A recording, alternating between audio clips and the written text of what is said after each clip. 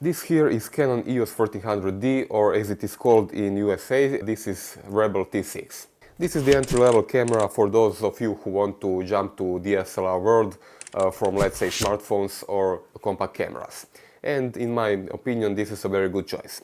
Main features of this camera are the 18 megapixel sensor, full HD video recording and built-in Wi-Fi.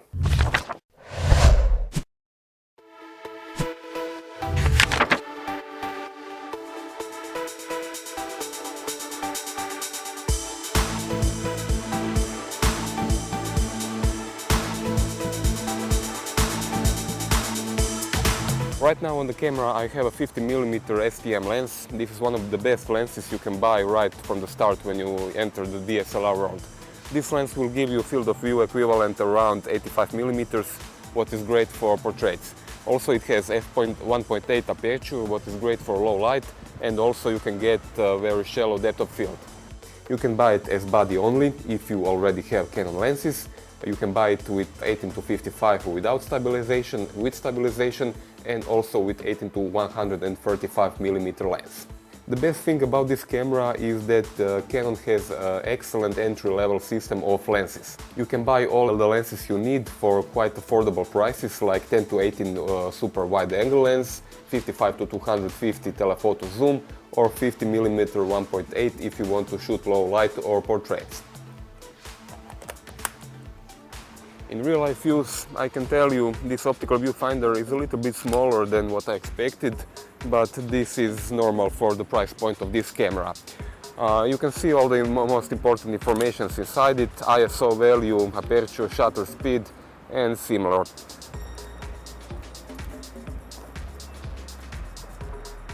I think this camera will be a great choice for somebody entering DSLR world for the first time, coming from smartphones or something similar like compact cameras. Image quality is quite good in daylight, but in my opinion images from EOS 1300D have a little bit too strong contrast. You can see visible difference between darker and lighter parts of the image.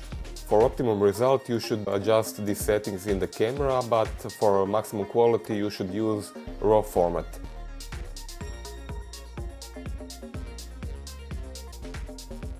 I will try now the image quality in low light and also autofocusing in low light. This camera has a bit older autofocus system, 9 points. I can see it focuses without a problem, but it still needs some time, maybe a second in some cases. In low light this camera shows it has a really old sensor. You can really see a lot of noise on ISO 3200, which is a bit too much in my opinion for a camera in 2016. From these samples you can really see this camera uses an old sensor which dates back to 2008. Video quality from 1300D is average in my opinion.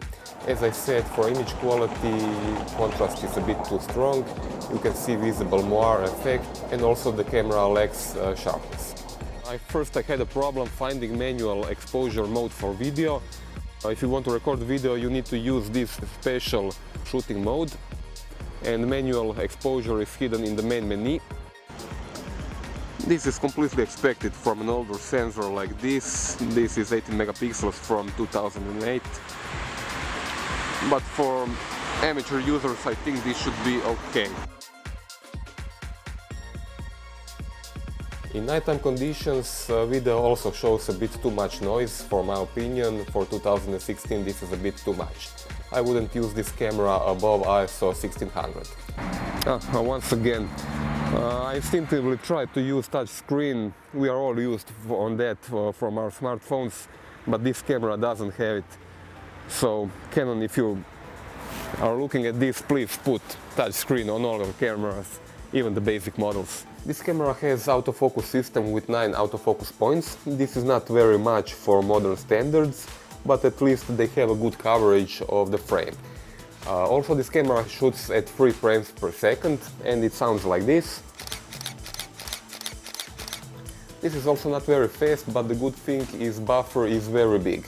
You will be able to maintain that speed up to more than 100 shots. This camera is very to use, as is the case with all the Canons.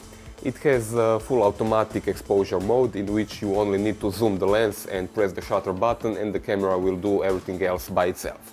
Of course, there are numerous shooting modes like portrait, food mode and so on. And it also has all the manual controls. When you learn to use them, you will be able to adjust everything manually on this camera. This camera has a solid build quality, but you can still see this is an entry-level model. Plastic use on the outside is a little bit cheaper. Nevertheless, this camera is very well built and all buttons are reassuring when you use them. On the back you can see a 3 inches LCD screen. It has 920,000 dots. It's a pretty decent bump from previous model 1200D, which had only 400 dots. I can say viewing quality on this LCD is much better. Sadly, the screen is not articulated and it does not have touch function. Battery used in this camera is a lithium unit. It is strong enough for around 500 shots if you use optical viewfinder. This battery is recharged using external charger.